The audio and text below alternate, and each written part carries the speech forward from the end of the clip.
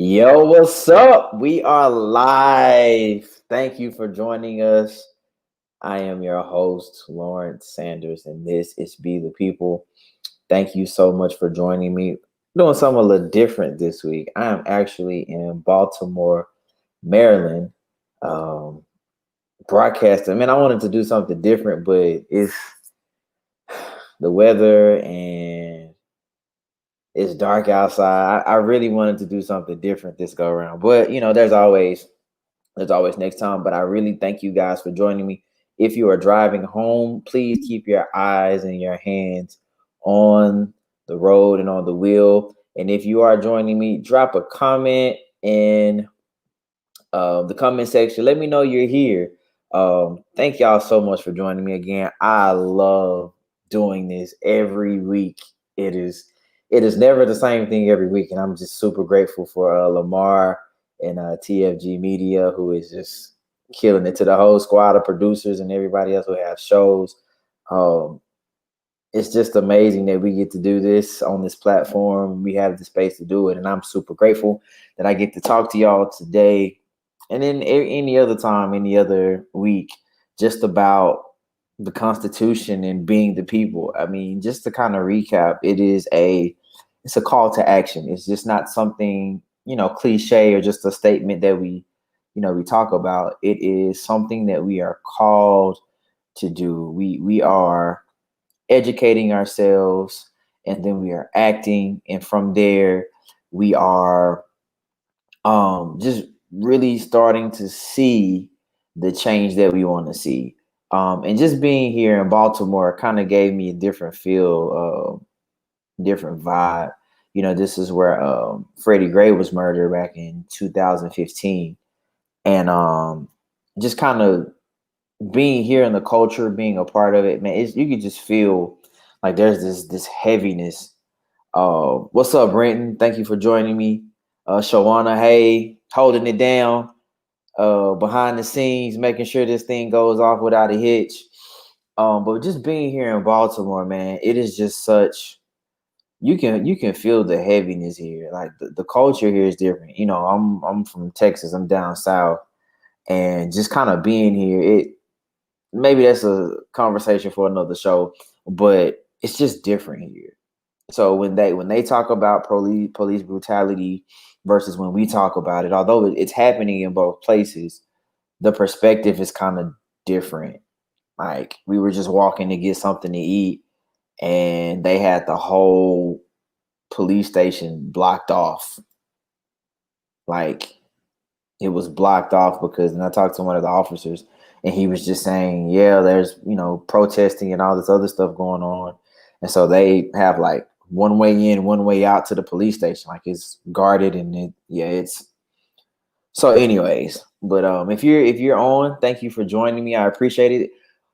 Last few shows we have had guests on where we were talking about the Second Amendment, which was talking, or not the amendment, the second article, which basically it established the executive branch. And so one week we had a few guests on, which was really fun, where we talked about Donald Trump, and just, did we feel like he was a good president, and did we feel like maybe he earned another term, as well as last week we had more guests on, and it was amazing. You have a chance to go back and watch it. A lot of good information, a lot of good dialogue. Um, and we talked about Joe Biden and Kamala Harris as the potential future. Were they a good matchup for this ticket, for this party?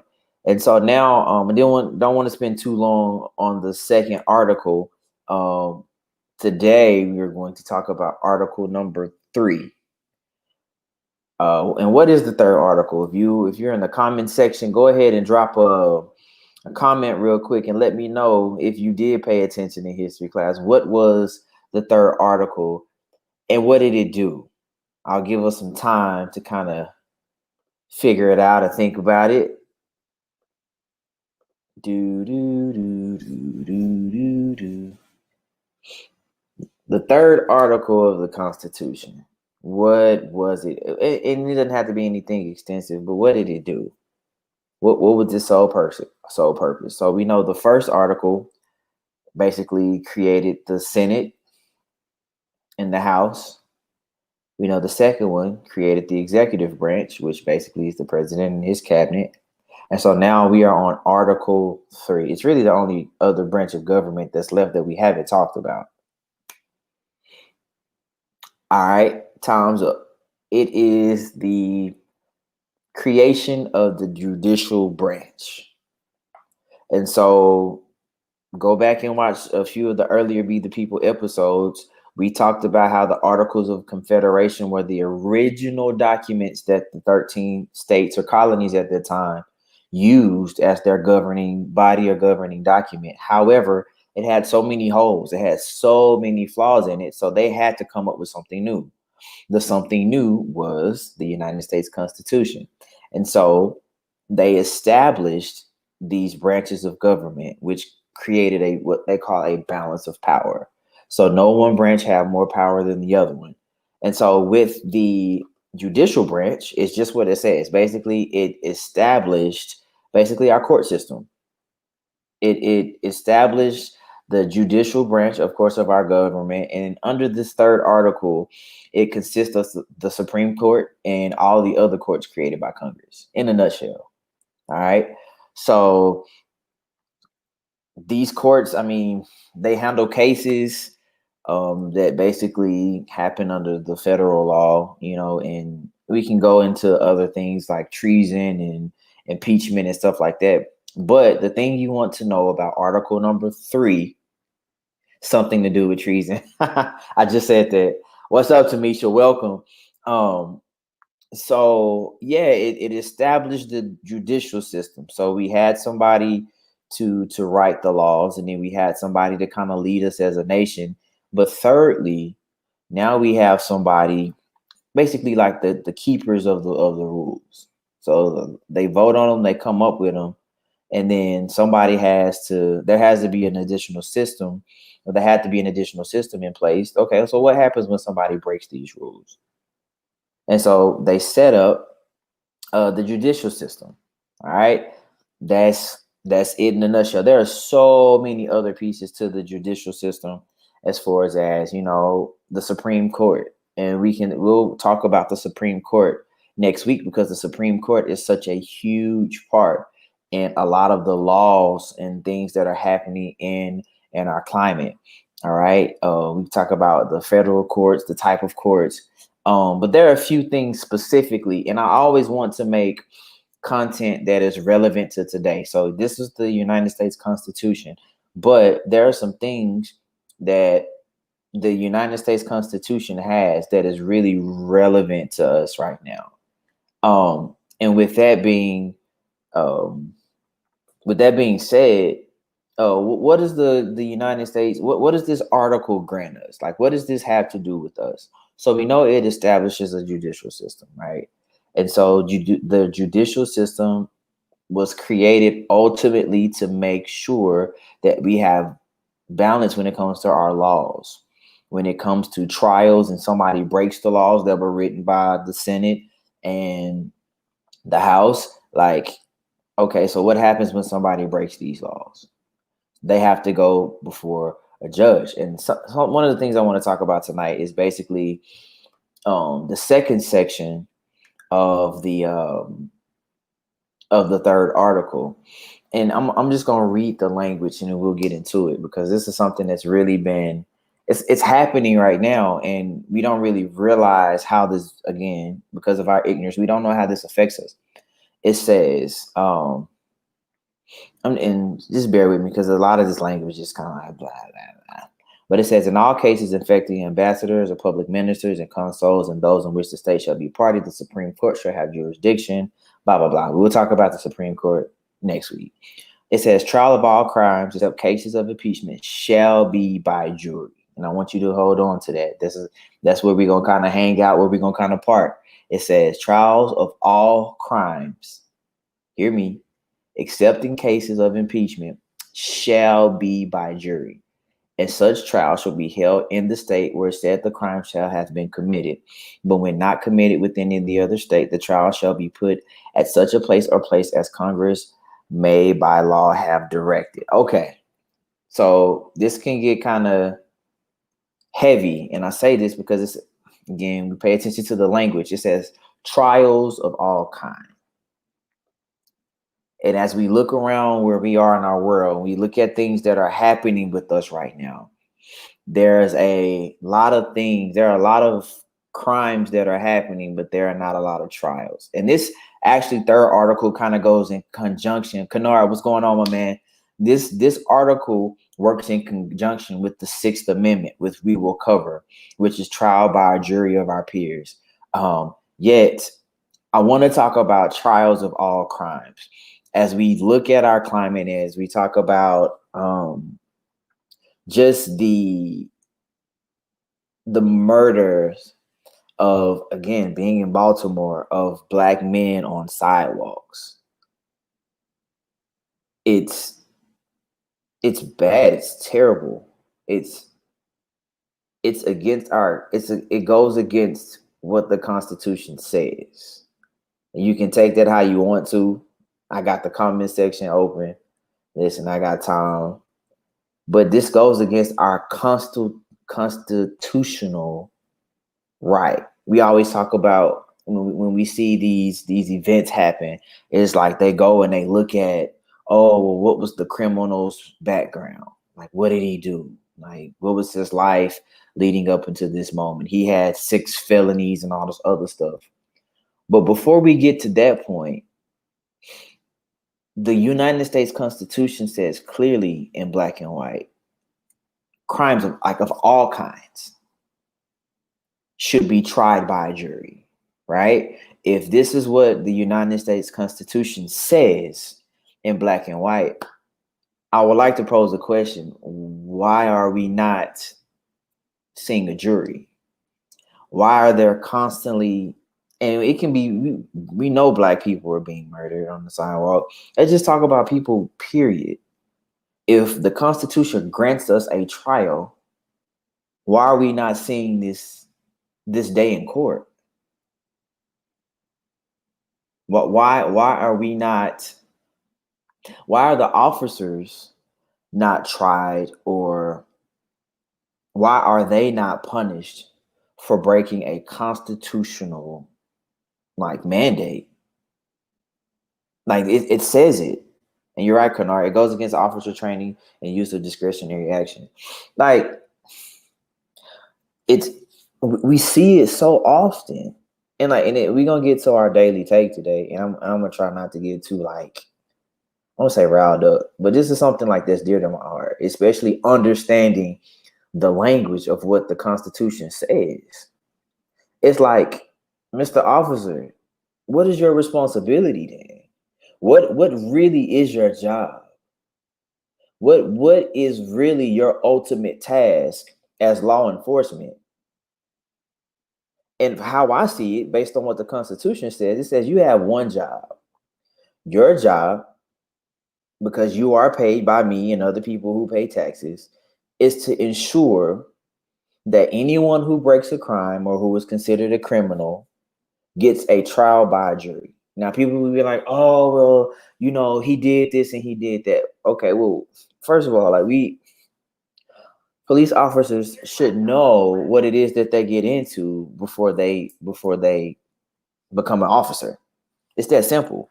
If you're gonna be a fireman or an EMT, you have to know.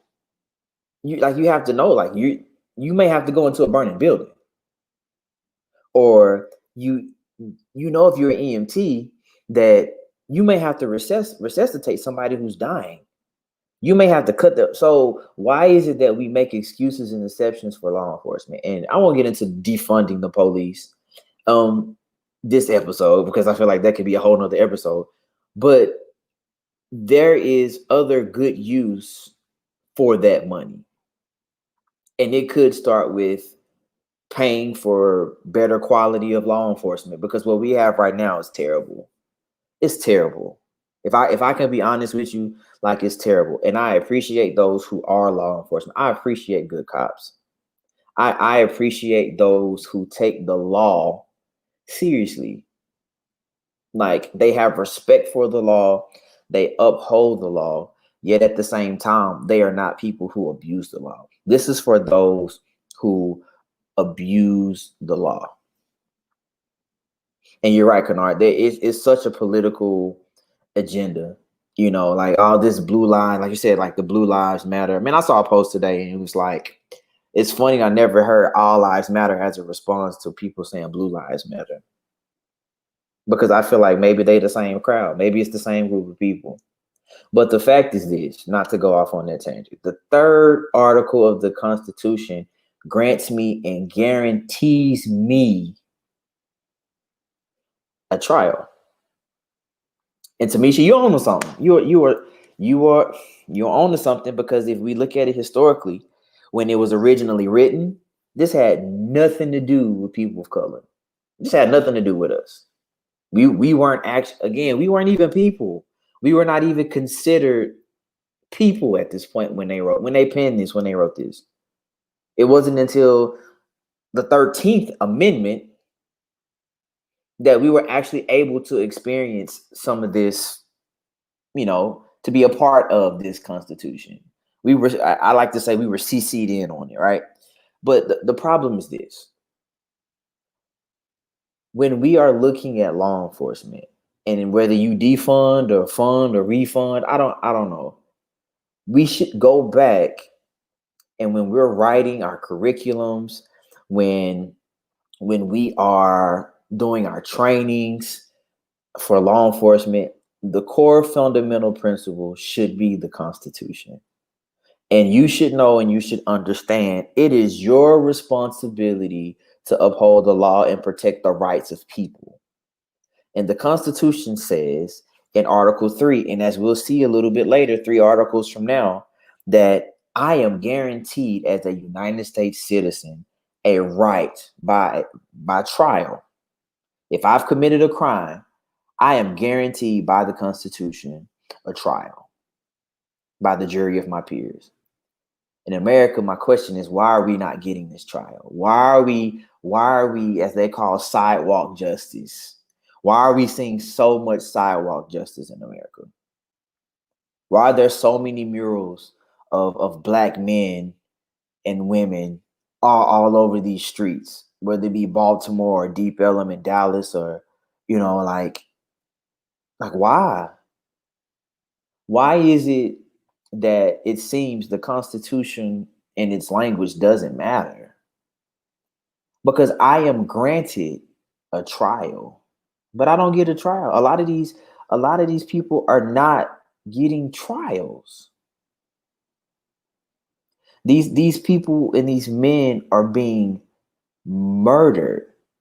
Yes, sir. That's the 3/5 compromise, Kennard. Yes, sir. Like, these people, like, we are being murdered with no regard, And we are going to talk about what happened up in Wisconsin with no regard. Like, we are being murdered with no regard. Yet the Constitution, I keep going back to the Constitution, grants me a trial. And so I'm always asked, well, what do you think their responsibility should be? Well, again, get me to my trial. Even if I've committed a crime, let the jury decide whether I live or I die. Not you right now in this moment. Well, you've never been a police officer. Listen, I've never been a stripper. And that's just not I just know I can't be, I just know what comes with that, and I don't want to be that. So why would I go and be something that I know that I just, that's not my cup of tea. I like music. I'm a musician. So that's where I put my efforts. This is what I know. I know I'm good at that. Right. But what I don't understand is, why is it that we have officers and people that are in these streets and on these streets that, first of all, are patrolling communities that don't look like them, which is one of the first issues. If we can get into it real quick, like, one of the first issues, if you ask me, is that we have people patrolling communities that don't look like the community. They don't look like the people who live there. And that already causes issues. You can you can say, what you want to, but we know racism is real in America. We know that it exists in America. So why are you sending white cops to Black neighborhoods? That don't make sense to me. That's one of the first issues, is that we are sending people to communities that don't look or even care about the communities that they're working in. Like it's so many things that we could talk about just when it comes to law enforcement. But I really want to talk more so about the justice piece and the trial. If there are any cops or whatever, again, like I want y'all to know, like I'm not being disrespectful. I appreciate the good work that a lot of y'all do.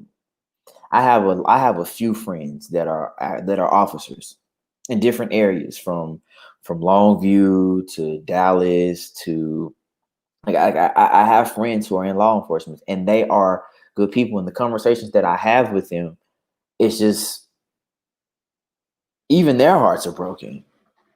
To see this happening, like it's simple. It's like, what is the responsibility? The responsibility is to uphold and to keep the law. The third article says, I get a trial by a jury. So as you, Mr. Officer, Mr. Law Enforcement, that is your responsibility. And whatever it takes, that's what you do. It's not a dead or alive. It should be an alive situation, because murder is murder. It's murder, especially when Article 3 says, I get a trial. So before I've been accused of any law, you've broken the law, because I've been murdered before I've received my trial. It's pretty simple. It's simple. But before I have been proven to have broken any laws, because right now it's only suspicion. It's only suspicion. And yet before we even get to that moment that I am granted, I am promised. This is something that is given to me as an American citizen. And you, sir, and officers, and not all of them, but the bad ones, are taking that away from us, as if we don't have that right, as if we are not people, as if we don't matter. It's like, it's crazy that Breonna Taylor's people, like the people that murdered her, like, they still haven't been arrested. And if they have been arrested, like, what are the charges? Like, why is it taking this long? She was murdered. She was murdered. She was killed. But I guess because you're law enforcement, the law doesn't pertain to you. But for them, again, they're going to get their trial. You know what I'm saying? Like, they're going to go before a judge, and then the judge is going to determine if this is going to go to trial. And then from there, they're going to pick some jurors, and they're going to go back and forth. And then the jury is going to decide what happens most times. Sometimes. But this really is sad to me, and it really breaks my heart to know that, as an American citizen, as a part of the American culture, as someone who has all rights granted by the United States Constitution, this is one that's being skipped over. This is the one that I don't get to participate in. This is one that, maybe not me, but so many other people who look like me, they're being stripped of this very right that the United States Constitution gives them. And it's sad. Like, it's sad. Like, it's terrible. Again, like, be the people. Yes, we're gonna educate, we're gonna talk, but, like, if we can just be real about things that are going on, like, it's unfair. It's not justice. It's not to have a judicial branch and still not see justice, would tell me that our system is still flawed. Even after the Articles of Confederation, even with the new Constitution and the 26 amendments, like, we still have an issue with our justice system. The Constitution is not a perfect document. No, it wasn't. It was better than the Articles, and it still has issues. Yet our place, our treatment based on how the Constitution gives us these rights and how these rights are being neglected, it has it has to change. Something has to change. Something has to shake. Something has to be different. And which is why, again, this is why Be the People is here. Be the People is here so we can know. So we can know. So we can be informed. Most people don't know that you are granted a trial by a jury of your peers. You are granted that. Like that is, it says it in the United States Constitution twice, basically. The Third Amendment, the third article, and the Sixth Amendment. It says it twice. But when we look at the numbers and we look at the statistics, like why are we dying in these streets? And you're right. Yeah, Shunsei. Like it's enough. And so like now that's why we have to be the people. Because we have to know these are our rights. And so now you guys keep infringing on our rights. But I don't feel like enough of us are tired of it.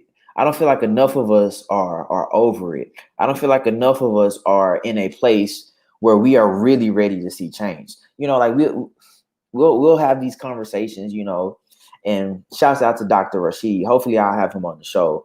But he was a huge part of the civil rights movement. I cannot wait to get him on the show. But he talked about how Black people have this 30, 60, 90-day deal that the government, and I don't just say white people, but like the government knows when a major event happens and when Black people get riled up, you know, we get, you know, something happens, you know, George Floyd is murdered, we get angry, we get mad. There's a rubric called 30, 60, 90. And basically it says within 30 days, 60 days, and by the 90th day, everything will be back to normal. As long as nothing dramatic or drastic happens between there. Like this is a real rubric that is used by like the FBI and like the federal government when things happen, you know, within our community. 30 days, like we're riding, oh, we mad, we burn it all down and blah, blah, blah, blah, blah, justice for blah, blah, blah, blah, blah, blah. But then 30 days after that, it's just kind of like, we back to life as normal. Like we back to buying, you know, Gucci and Louis V and all this other stuff. And then 90 days later, it's like nothing happened. It's like nothing happened. And Shawana, I'm with you. Like I'm tired of burying dads, and kids, and brothers and moms. You know, like it has to change. It has to change. Like we have to change the culture, but we start by educating ourselves and knowing what our rights are. Article 3 is just that. Article 3 says there was an establishment of the judicial system that was set up in place to make sure justice is served within the country. So I want to kind of switch gears, not even switch gears. This is really more of a segue to our daily tape. And this, y'all, this is crazy, man. Another man is murdered in Wisconsin.